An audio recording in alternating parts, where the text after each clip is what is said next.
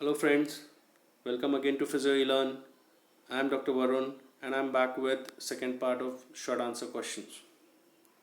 Before we start, I would like to request if you have not subscribed to my channel, kindly subscribe my channel and share it with your friends. So the first question is ankle brachial index. Ankle brachial index is most common test performed by Doppler ultrasound. It provides valuable information regarding arterial system and arterial diseases. Now, how to perform this test? The examiner has to locate dorsalis pedis or posterior tibial artery in the lower extremity with Doppler probe. Next, a blood pressure cuff is placed around the calf and inflated until there is cessation of the audible signals coming from the Doppler probe. Now, if you place a Doppler probe in any artery, there will be audible signals because of the blood flow in the artery. Now, if you obstruct the blood flow with the help of the cuff, then there will be cessation of the audible signals coming from the Doppler probe. The same thing happens over here when you tie a cuff around the calf and try to read the signals or hear the signals from the posterior tibial or dorsalis pedis artery. Then, if you release the cuff slowly until the signal is heard, so at this point the pressure reading is recorded. This is a systolic blood pressure. The same procedure is repeated with the cuff on the arm over the brachial artery and the reading is taken over the radial artery. The lower extremity pressure is divided by upper extremity pressure and ratio or the index is calculated. Normal value for ankle brachial index is 1 or slightly above. As you can see in the figure, how the cuff is tied around the calf muscle and the reading has been taken on the posterior tibial artery or the dorsalis pedis artery for the lower extremity, and how the reading has been taken for the upper extremity and the radial artery. Now look at the indices and the corresponding indication.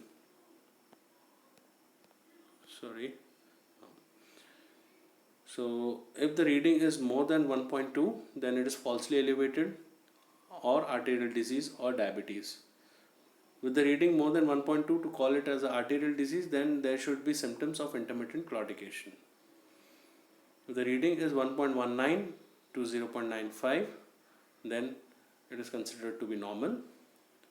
If the reading is 0.94 to 0.75, then it is mild arterial disease with intermittent claudication. If the reading is 0.74 to 0.50, then moderate arterial disease plus rest pain. If the reading is 0.50, then severe arterial disease. Second question, absolute and relative contraindication to exercise tolerance test. Absolute contraindication: recent ECG suggesting MI or other acute cardiac event. Second, recent unstable angina. Third is uncontrolled ventricular or arterial arrhythmias. Fourth, third degree AV block without pacemaker. Fifth, acute congestive heart failure. Sixth, severe aortic stenosis. Seventh, recent systemic or pulmonary embolus. Relative contraindication: resting diastolic blood pressure more than 115 mm of Hg or systolic blood pressure of more than 200 mm of Hg. Second, moderate valvular heart disease. Third, frequent complex ventricular ectopics, advanced or complicated pregnancy, chronic infectious diseases like hepatitis and AIDS, neuromuscular, musculoskeletal or rheumatoid disorders that exacerbate by exercises. So these are the absolute and relative contraindications for exercise tolerance test or exercise testing. Third question, hazards of suctioning. Risk of infection which can be avoided by good sterile technique or taking proper precautions. Second, mucosal trauma which can be minimized by correct choice of the catheter, suction catheter, and negative pressure combined with good technique. So you should use appropriate suction catheter size and appropriate negative pressure, which is around 100 to minus 120 centimeters of H2O. then hypoxia, and it can be minimized by accurate use of negative pressure, as I have mentioned, and accurate timing. So there should not be too powerful negative pressure, and it should not be for too long. Cardiac arrhythmias, it is usually secondary to hypoxia, but giving good concentration of oxygen prior to the suction will minimize this problem. So always hyperoxygenate the patient before you suction the patient. That is the thumb rule. Fifth, atelectasis caused by too powerful and prolonged suction. Fourth question, box CR10 scale. Cardiorespiratory and metabolic variables are strongly related to perceived exertion, which is accepted as valid and reproducible indicator of intensity of steady state exercise. So box CR10 scale or standard box scale is used to prescribe the intensity of exercise or to monitor the intensity of exercise. So the original scale was developed in healthy individuals to correlate with exercise heart rate. For example, if the RPE reading in standard box scale is 15, then it would approximate with heart rate of 150 beats per minute. Then, and to enable the subjects with better understanding of the terminology, the category ratio, the full form of the CR10 scale is category ratio 10 scale, was later developed and has since also been modified more specifically to record symptomatic breathlessness. So now it is known as modified Bog dyspnea scale.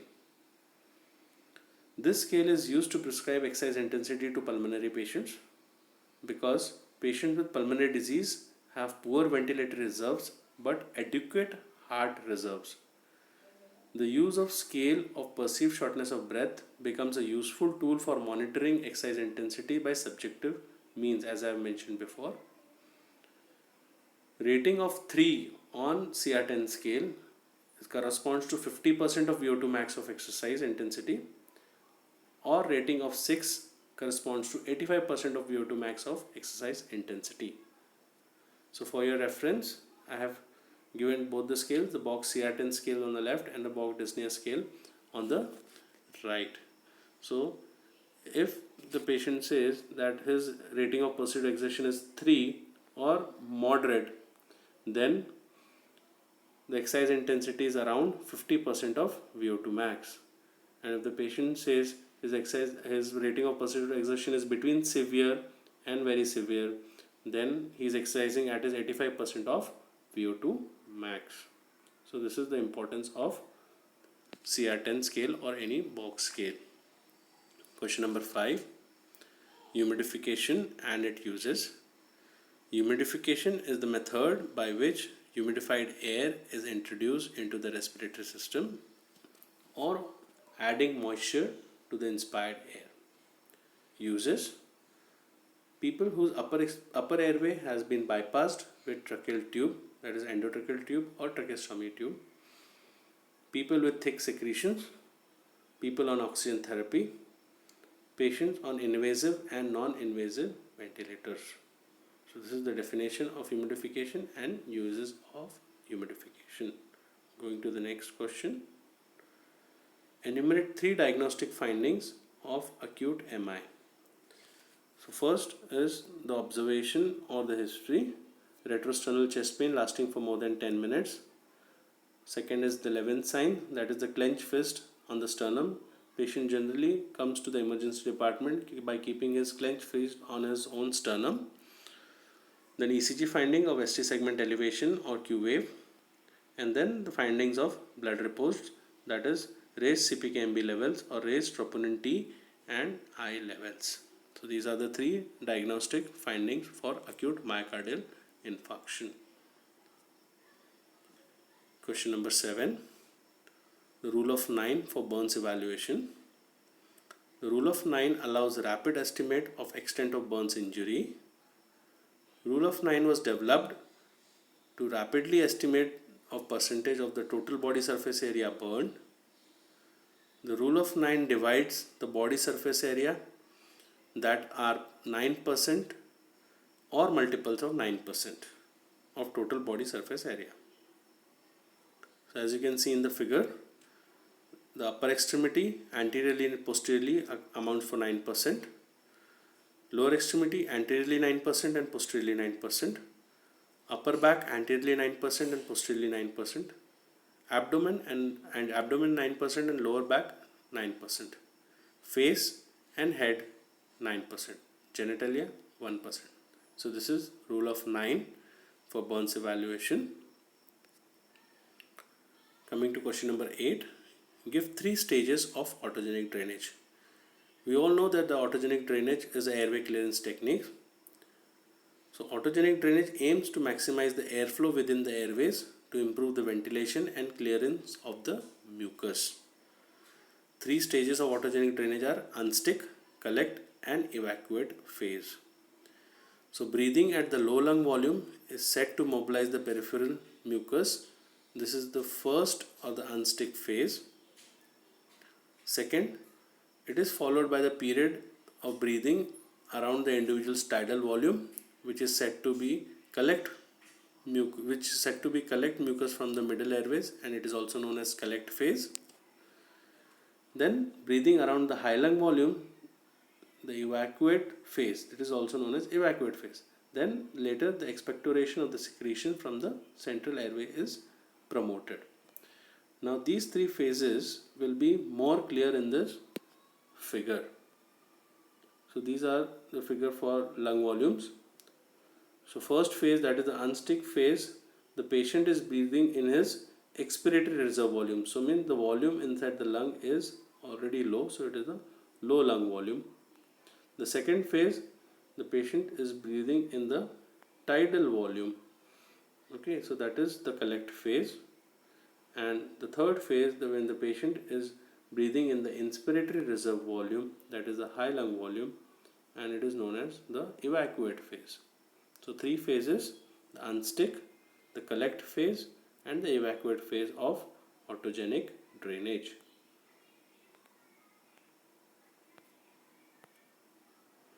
Ninth question, New York Heart Association scale. New York Heart Association scale is used for functional classification of the patient with heart disease. So there are 4 classes in NYHA scale. Class 1, no limitation of physical activity.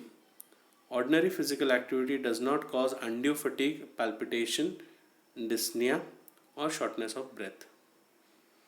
Class 2 patient, slight limitation of physical activity, comfortable at rest. Ordinary physical activity results in fatigue, palpitation, dyspnea. Third, marked limitation to physical activity, comfortable at rest, less than ordinary activity causes fatigue, palpitation and dyspnea. Class 4, unable to carry out any physical activity without discomfort. Symptoms of heart failure is at rest also. If any physical activity is undertaken, discomfort increases.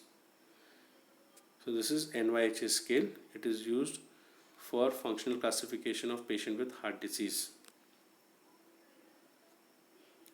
Coming to the last question, question number 10.